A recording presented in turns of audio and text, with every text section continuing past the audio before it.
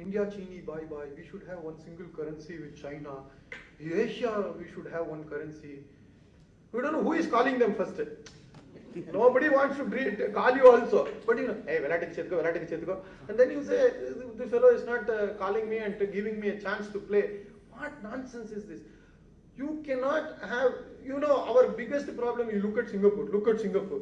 Singapore is Mylapore. What is there to look in Singapore? You can go there, spend a couple of days, have a bunk of beer and come back. That is Singapore. What else you want to learn from Singapore? What can you deal with this game with China? Today, there is a beautiful article in Rediff. India's total power is 12 GW. That's what? Gigawatts or something. That's 1,20,000 megawatts. This is what we are having at our debt. This is our balance sheet figure. China adds 12 gigawatt every year. So that is China's P&L figure. Now what is that you want to go and join China? China is playing a different game. China will straight away look into the eyes of the Americans and tell them, please sit down there, we will sit here, we will take the high table. But can India do that? This, we will be outside waiting for this. You call, we will come. You don't have that mentality. So you cannot play that game, and China will also not allow you to play this game. China knows that if it joins hands with India, it will be wonderful. But it also knows that the liability of joining hands with India is enormous. We are highly fickle-minded. We don't know what we want to do at the national level. So, the whole issue about currencies is now that countries after countries are borrowing, countries after countries are in great debt, countries after countries are not showing their true indebtedness, and they are borrowing recklessly from each other. It is, you give me my money, I'll give it to him, he will give it to him, he will give it to you. You do not know who is actually having this money, and many of these are being given under the collateralized debt obligation scheme, which is all high-end derivatives. Many of us, like chartered accountants, cannot understand, so I cannot explain to you. Not that you will not understand, I don't understand, so I will stop here. All these things are being transferred to banks, and each bank is having an enormous amount of toxic assets. And when they open, I do not know, many of you would have seen the movie Pushpak.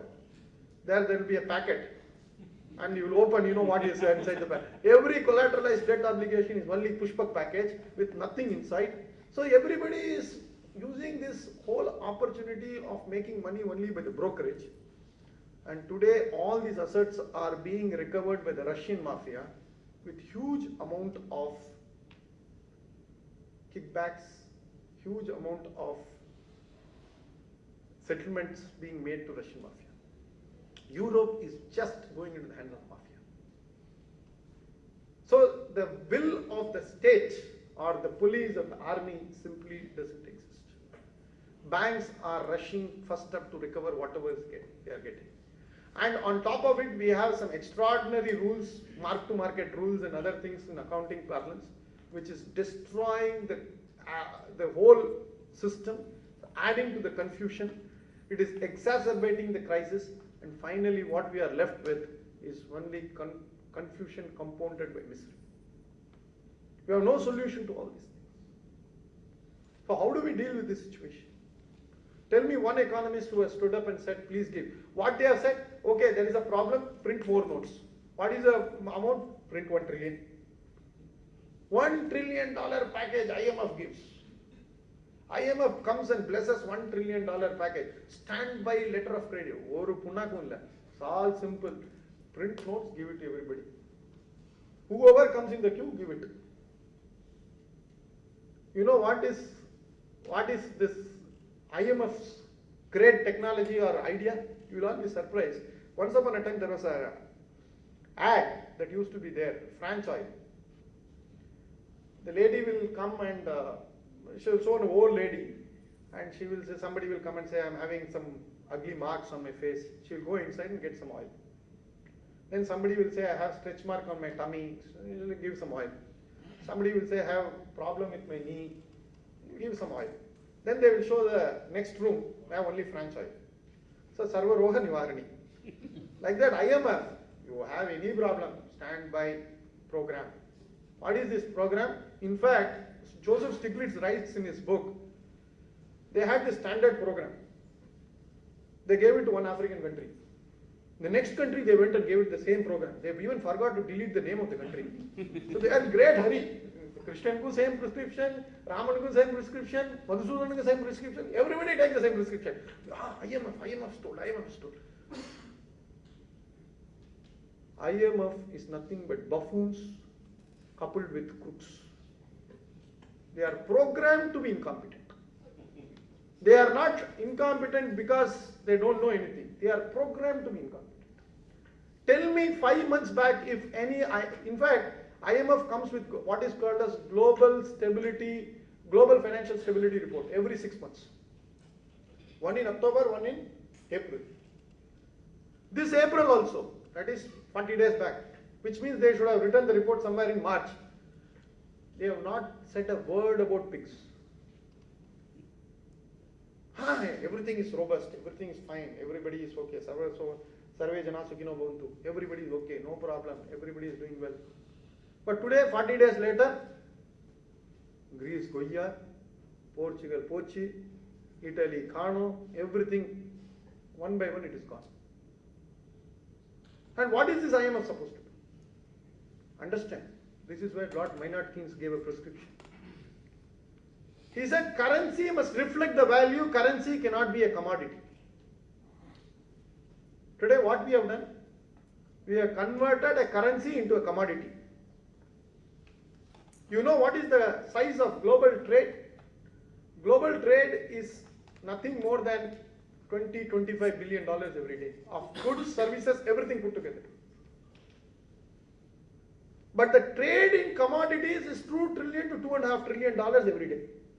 That is, for every dollar of trade, $100 of dollar trade happens. Why? Speculation. Financial sector.